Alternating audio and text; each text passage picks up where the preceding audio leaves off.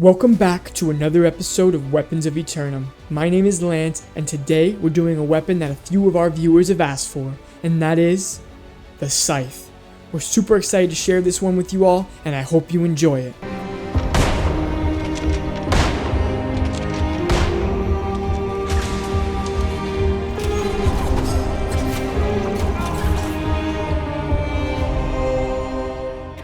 Throughout time, the Scythe has been feared by many to be the weapon of death itself, with the Grim Reaper gaining prominence in 14th century Europe due to the plague of the Black Death, the Scythe being the Reaper's weapon of choice, symbolizing the harvesting and ferrying of souls to the afterlife.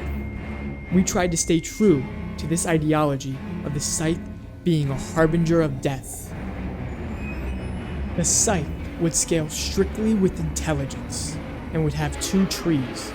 The Soul Keeper, a mobile and destructive melee DPS that you do not want in the back line, and the Lich, a frontline tank who debuffs and drains its enemies' very souls. Now let's go over some of the Soul Keeper's abilities and perks. First up, we have Soul Rend. Every light attack landed puts a bleed, dealing 10% weapon damage every second for 10 seconds and stacking up to 5 times. The perks for Soul Rend include Vampiric. Soul Rend heals for 100% of the damage it does. You Are Mine. Targets affected with Soul Rend move 10% slower. And Instant Torture. Consume all stacks of Soul Rend on the target, dealing 75% of the damage it would have done over the duration instantly. Targets are unable to be affected by Soul Rend for 5 seconds after being the victim of Instant Torture. The second ability in the Soul Keeper tree is Reaping Scythe. Swing your scythe in a 180-degree arc, letting out a wave of void energy in a 7-meter radius and dealing 150% weapon damage to all enemies hit. Reaping Scythe will have a 10-second cooldown. The perks for this ability include Final Word. Reaping Scythe reduces healing by 20% for all enemies hit. Last Will. Reaping Scythe's cooldown is split in half if it hits more than 2 targets. And Doom. Reaping Scythe does 25% more damage to targets with an active debuff. The final ability in the Soul Keeper tree is End of Days, a targeted leap with a 20-meter range, dealing 75% weapon damage in the form of void damage to everyone within 5 yards of the landing. This ability will have a 22-second cooldown. The perks for End of Days include Scent of Death. End of Days deals 100% more damage to enemies under 50% HP. Eternal Torment.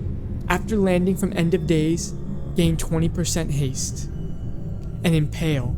Hold heavy attack after landing from End of Days to impale your target, causing them to bleed for 50% weapon damage over 3 seconds.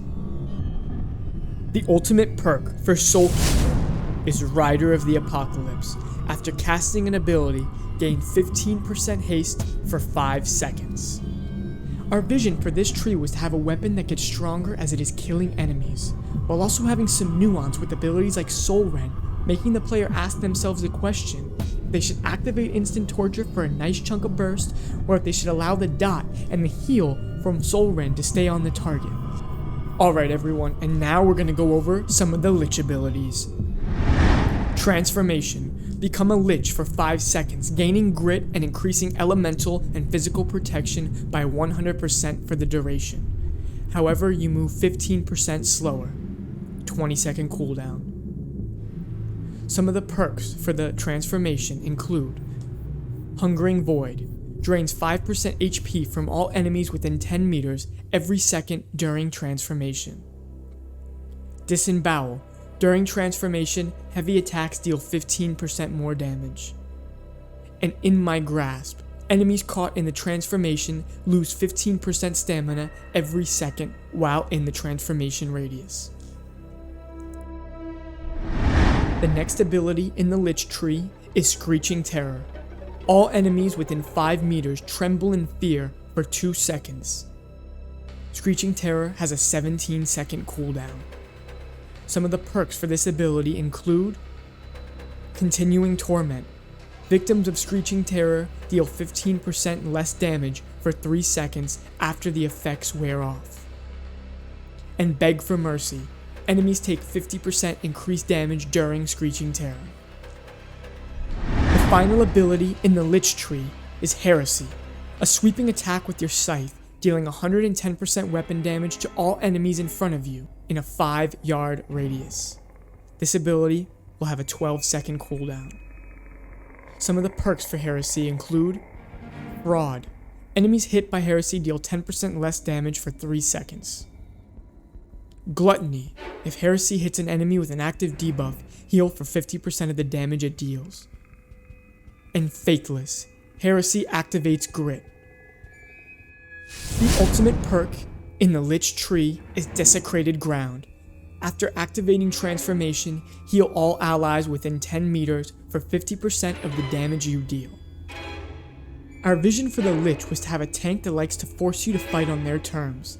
The Lich is at its strongest while in transformation and standing on desecrated grounds. This would allow them to be very potent at defending points in wars or taking over forts. And with that being said, everyone, I'm going to be bringing this video to a close. Let us know what you thought about the Scythe or what other weapons you would like to see in the comments below. My name is Lance with the Comeback Kids. I hope you all enjoyed this episode of Weapons of Aeternum, and I'll see you next time. Peace.